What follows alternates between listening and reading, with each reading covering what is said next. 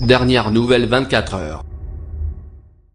Emmanuel Macron va tenter à Washington de convaincre Donald Trump de ne pas « déchirer » l'accord sur le nucléaire iranien. Mais malgré des négociations bien avancées, personne ne sait vraiment si cela suffira à satisfaire le président américain. À l'Elysée, on espère que la visite du président français à son homologue américain, de lundi à mercredi, va permettre d'avancer dans le bon sens sur ce dossier prioritaire. Et pour cause, l'ultimatum lancé en janvier par Donald Trump aux signataires européens de l'accord, France, Royaume-Uni et Allemagne, expire le 12 mai. À cette date, s'ils n'ont pas trouvé le moyen de durcir l'accord signé en 2015 par les grandes puissances avec l'Iran pour l'empêcher de se doter de la bombe atomique, le président américain, qui le juge trop laxiste, menace de rétablir les sanctions contre Téhéran et de se retirer du texte.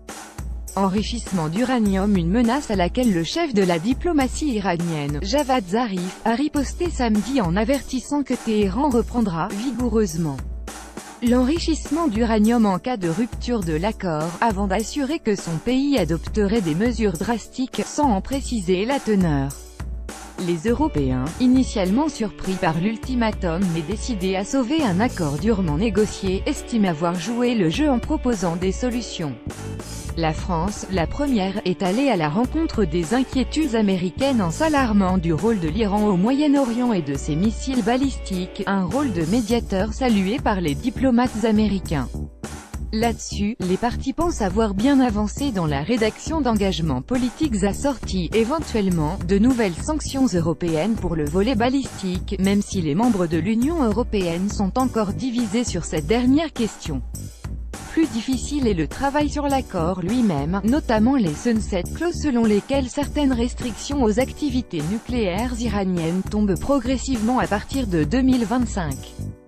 Comment durcir un texte sans impliquer ses autres signataires, l'Iran, la Chine et la Russie, qui ne veulent pas y toucher? C'est un dialogue de sourds, peste un diplomate européen quand, côté américain, on reconnaît un problème épineux. Washington souhaite un accord complémentaire conclu entre les États-Unis d'une part, la France, le Royaume-Uni et l'Allemagne de l'autre. En fait, cela prend là aussi la forme d'une déclaration politique dans laquelle les Occidentaux s'engagent à ne pas laisser Téhéran se doter de la bombe même après l'expiration de l'accord de 2015. Les Européens semblent prêts à qualifier d'accord ce document, qui sera finalisé d'ici début mai, si cela peut convaincre le président américain de rester dans le « vrai » accord. Après le 12 mai, c'est là le vrai nœud du problème. Personne ne sait ce qui est susceptible de satisfaire Donald Trump qui, prévient-on de part et d'autre, ne tranchera qu'en mai, au dernier moment. Il déteste l'accord, disent plusieurs diplomates occidentaux. Certains négociateurs européens reconnaissent que même leur homologue américain, le diplomate Brian Hook, ne sait pas précisément si, in fine, le résultat des tractations permettra de sauver l'accord. Si nous parvenons à un accord avec les Européens, alors il sera exposé au président qui prendra sa décision, s'est récemment borné à expliquer Brian Hook. Le pessimisme ambiant côté européen a été renforcé par de récents choix du président américain, qui a nommé deux « faucons » Mike Pompeo et John Bolton comme secrétaires d'État et conseillers à la sécurité nationale.